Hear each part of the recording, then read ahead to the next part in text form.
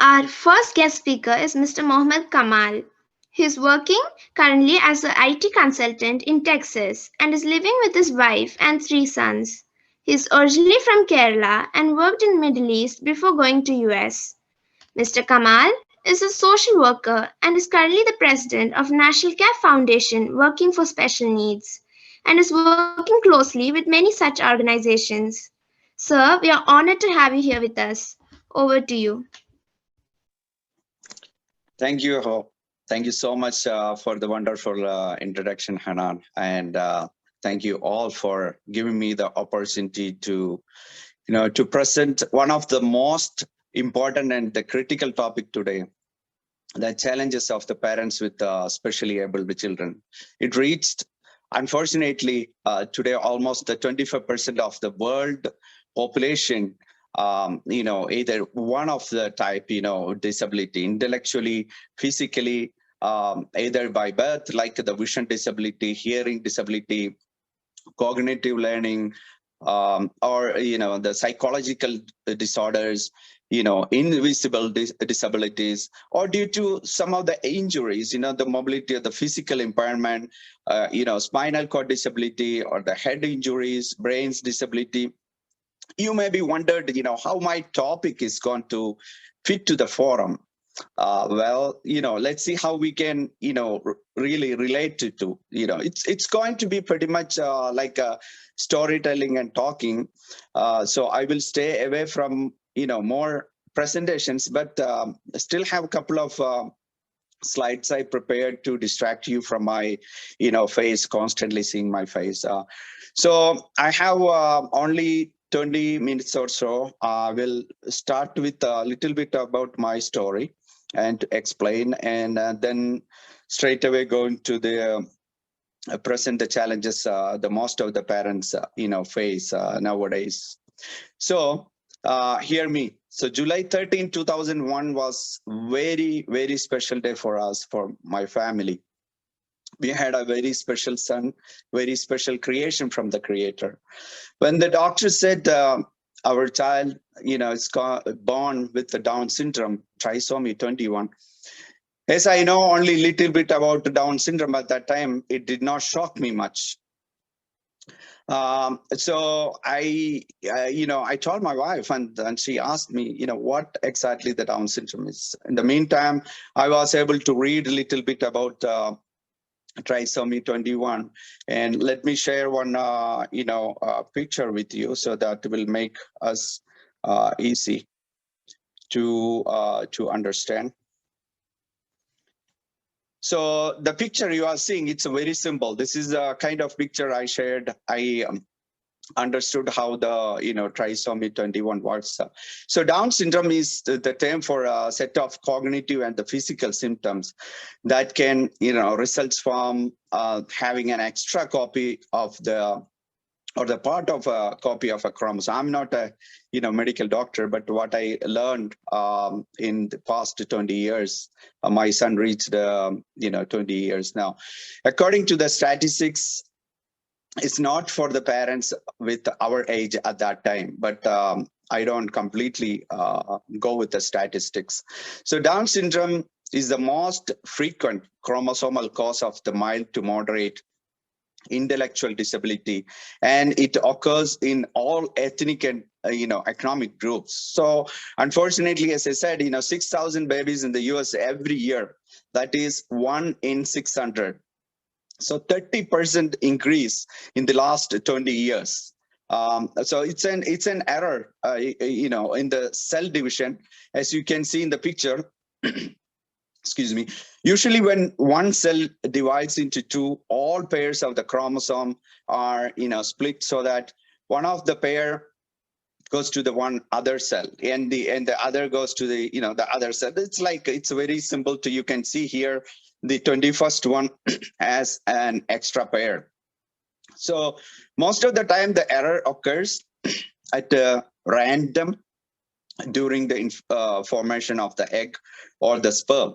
So no actions or anything from the parents or environmental factors is known to cause the Down syndrome. It's a completely unknown until now that how this is happening, and the people start blaming each other. Maybe the way things went, or the food we eat.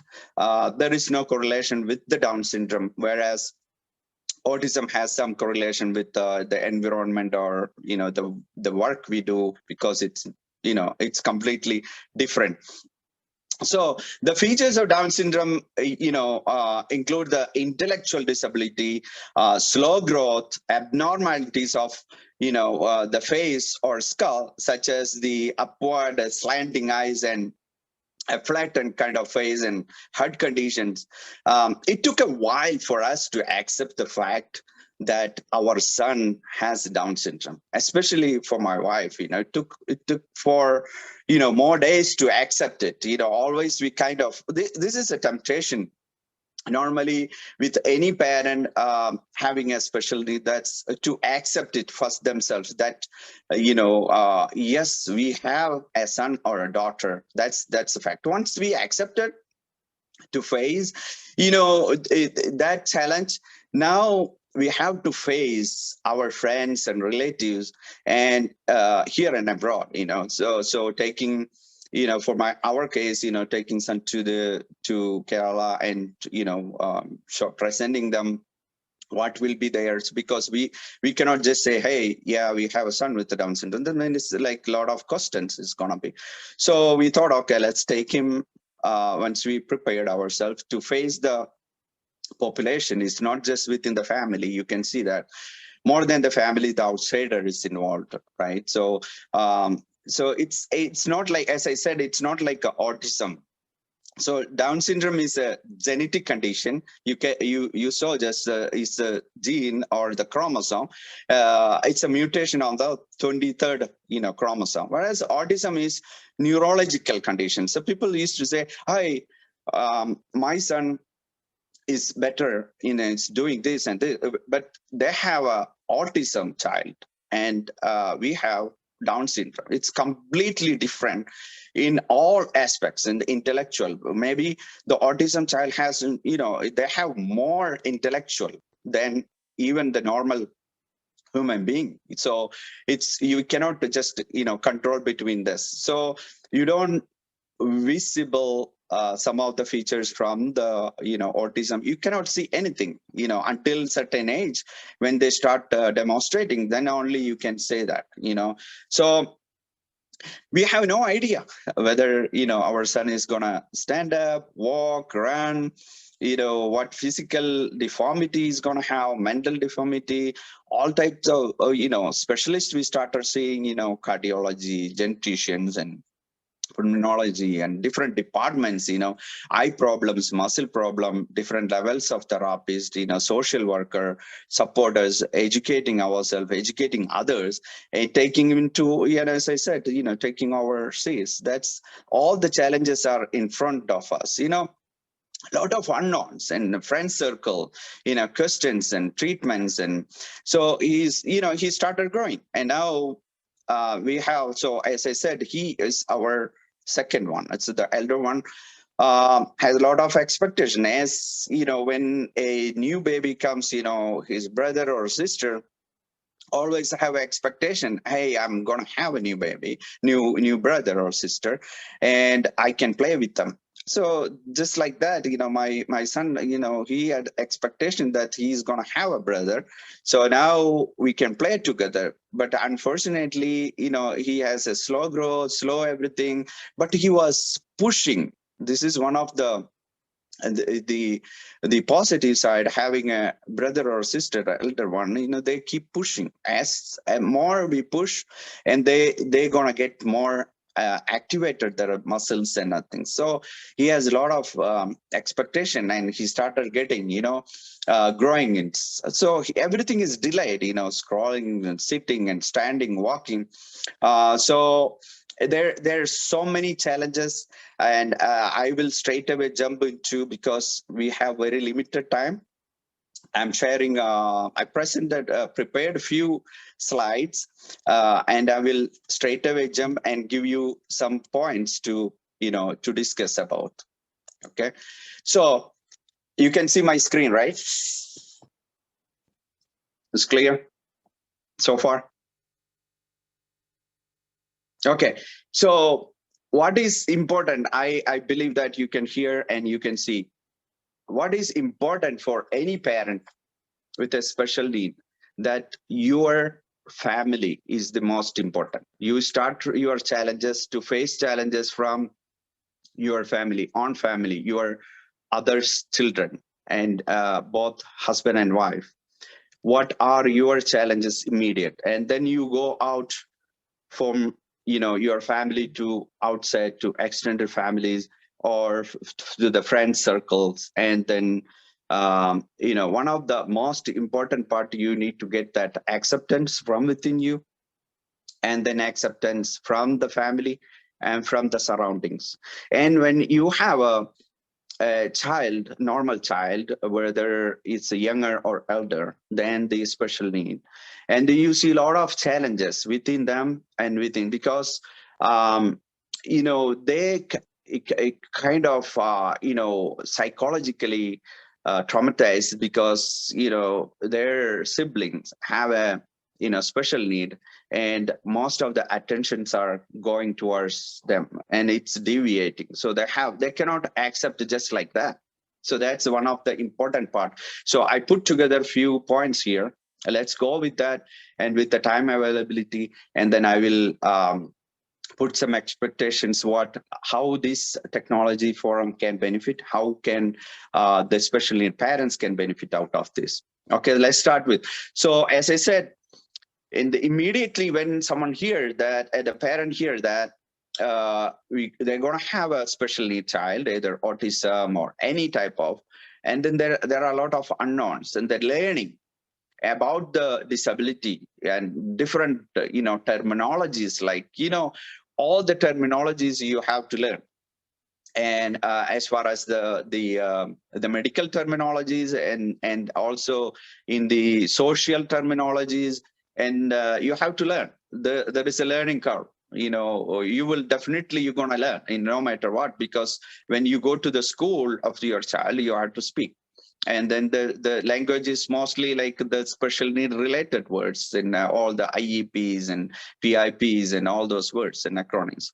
And the researching and locating, accessing effective treatments nowadays, as I said, last 20 years, it's increased a lot.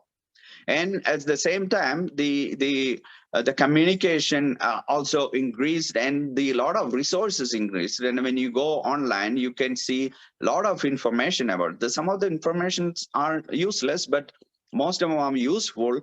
As a parent, you can do the research, and not for to decide something about yourself, but to understand how it can go, what we can do, things like that.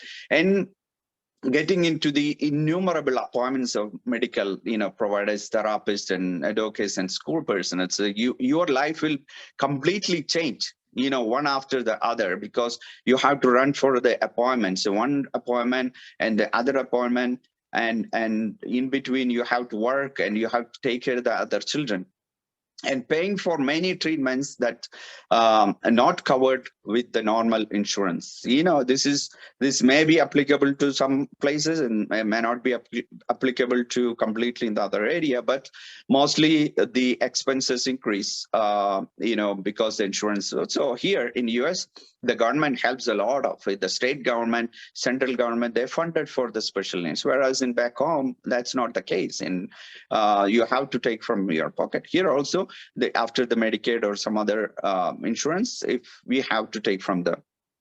So another very important part is the stress. You cannot measure the stress of a parent of a special need. And in some studies, it's showing that it's almost equal to, comparable to the soldiers in the combat. The soldiers in the combat, they have lot of stress, because they are shooting, and they have to worry about the parents and their families, but they have to kill someone or attack something. So it's more like similar to that kind of stress they have to go through. And either one or the both the parents, they have to sacrifice their job to to take care of the children at home. This is this is a sad situation, especially back home. As I said, I work with different social organizations back home. So the one of the challenges in back home, I had that as soon as uh, the special needs daughter or son born into that family, if that is a first child, and any culture that automatically push the lady or the wife to saying that it's because of you. It's not the ancient time, but unfortunately still people believe that this is something someone did wrong. They start blaming each other. It's because of you. And then maybe there is a divorce, and then end up with some suicidal cases. There are so many suicidal cases. I will put a couple of points as a request to everyone. If they don't have someone with a special need, but you'll be able to help out in this kind of situations. So that's unfortunate. And then if they stop, they most of the back home cases are they work daily wages. It's not like a salary. They saved some money for to help the family. No, they work in a daily basis, and if they cannot go to work and they can't eat, so that's a very sad situation. So the parents have to get, and here in US too, there are some cases, either if they were both working, they have to stop one working, and they have to take care of the kids at home. And if they are only one person working, and then she or he has to quit the job to support the to the child. So, and the next challenge is cannot concentrate on job at the initial fears. And once the first few years are really, really tough situation. There are a lot of unknowns. I mean, most of the cases, it's more than 50% of the special need cases. The kids have like the hearing problem, heart problems, and whole lot of things are gonna be there. It's the study shows that more than 50% cases are. So there are a lot of unknowns. It's what will happen, in this exams or tests from the medical, what will be the result and things like. So it's a worry. And even we go to the office or start working, always we are worried about what will happen to my son or daughter. So that's the all right. I'm cutting a little bit and going a little bit faster. I'm sorry, because of the time crunch. So fear and worry about the child's pain and suffering. So always we think about, oh, what will happen? Oh, he may be suffering. He may be. Some situations there the kids are having pain. They always use the painkiller, the medicines, because they always suffer some kind of situation. Worry about child's future. This is one of the very, very important. Once, see, up to 10 or 15 years, maybe we feel okay, they are in the school, but the more worry is when they grow more and more, then we think about, what will be their situation, who will take care, and we think that the siblings or the families. No, that's one of the biggest challenge. I mean, nobody is going to take care, our children. They, we are not, and then we have to find a solution. Who will be, and we have to plan ahead, maybe 10, 15 years before. We have to plan what will be the situation, what we can do. This is one of the biggest challenge, and the guilty feeling about I'm doing it right and taking care. Always we feel that I will be able to do something more so that he or she will be in a good situation. I didn't put more time, and this kind of feeling we always gonna have. And limits of protecting my child. So again, this is going back to the previous. I was able to protect. I was able to give them more, but I couldn't. The loss of attention towards other children. This is another very important thing. And say we have a special need at home, we always have to pay more attention, more care for them than the rest. But the rest of the other, like the other children, they don't consider this. Okay, my mom or my dad is taking care my brother or sister, but they always need your attention, and they have a psychological. I have seen the cases. There is hundreds of cases, like they're okay. So there are hundreds of cases. Their siblings started having psychological problems, and they go into different levels because they always see some problems at home, always discussions, always shoutings, always cryings, and this kind of situation. Also, especially if you have an older parents, you have to take care of them. So that's another issue. And your jealousy and the resentment at those with the normal children. So this is very quite normal as parents. We can control, but at the same time, it's gonna be there because you see normal child with your sons or daughters a similar age. They are graduating, they are getting medical school, all those, and your child is still learning ABCD. One of the things when you go for the IEP meetings or they're going to ask, what's your expectation for your son or daughter? And our normal son, we might be saying that, okay, I want him to be this level, or he has to get that level of the medical school. And for our special needs, we have a limited, like we just say, let him call Papa, Mama, Umma, Uppa, or something like a cat, dog, or two words together. Cat is, eating, or dog is walking. These two words together, that's the goal, maybe with 20 years or 25 years. Or my normal son is going for the all types of competitions.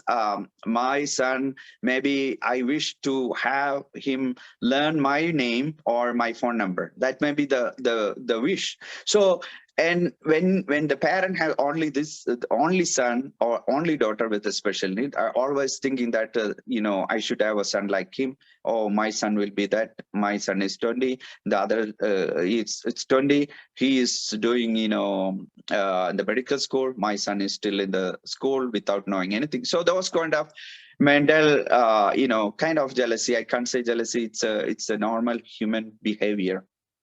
And another important thing, this is my request to everyone. It's a doctor's suggestion not to have another child. So once you have a genetics, you will be seeing a genetician, and the doctor will be recommending, if this is only your child, the first one, they will be saying the chance to have another one with a special need is so high.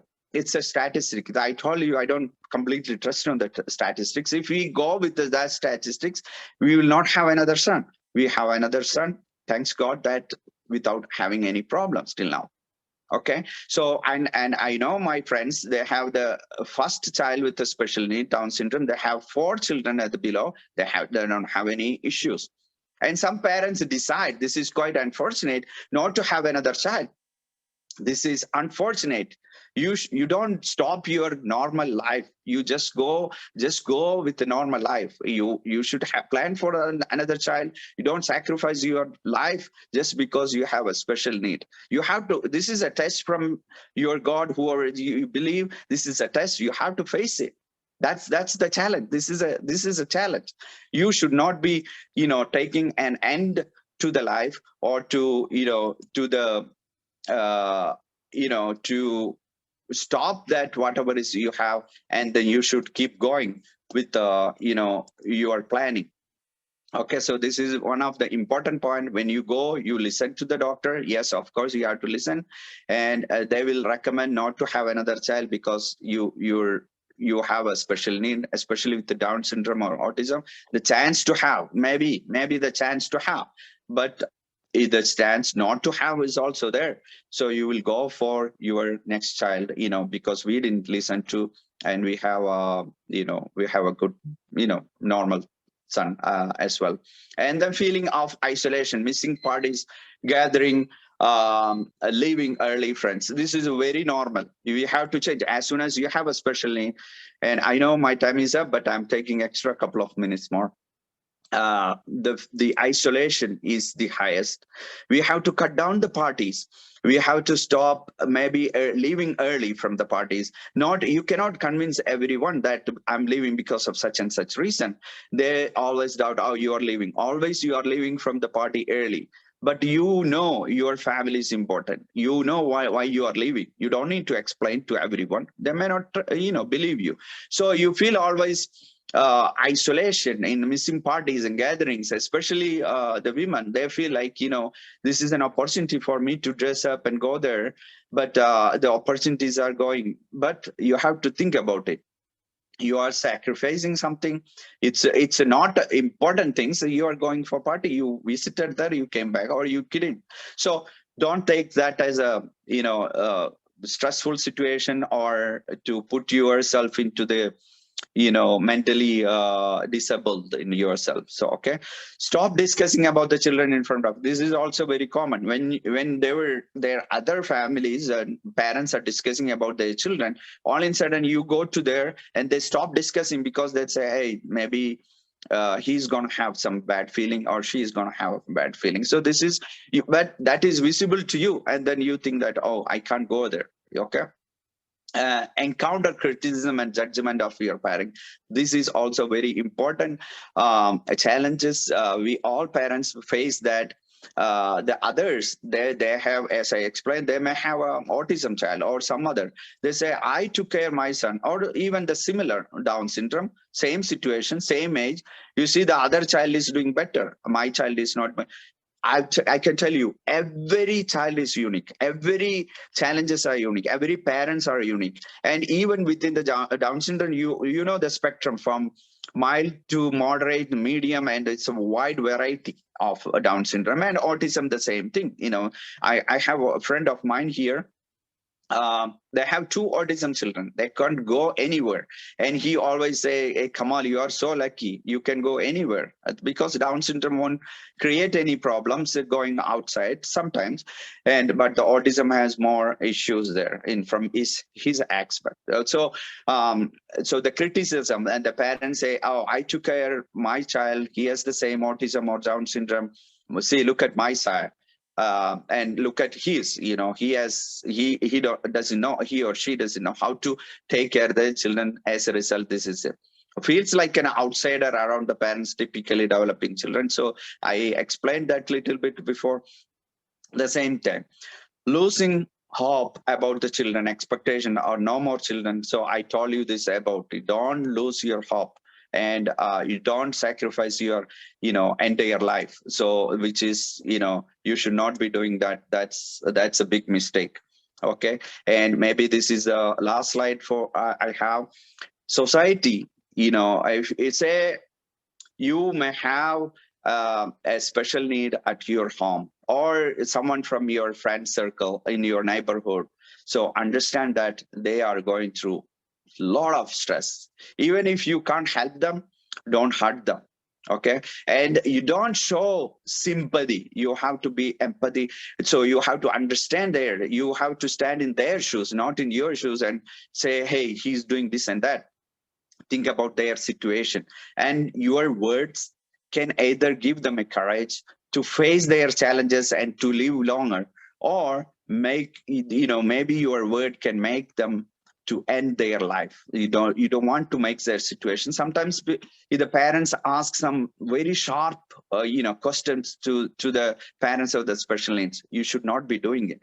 There are so many cases we were able to save them from the suicidal point, just with the good word.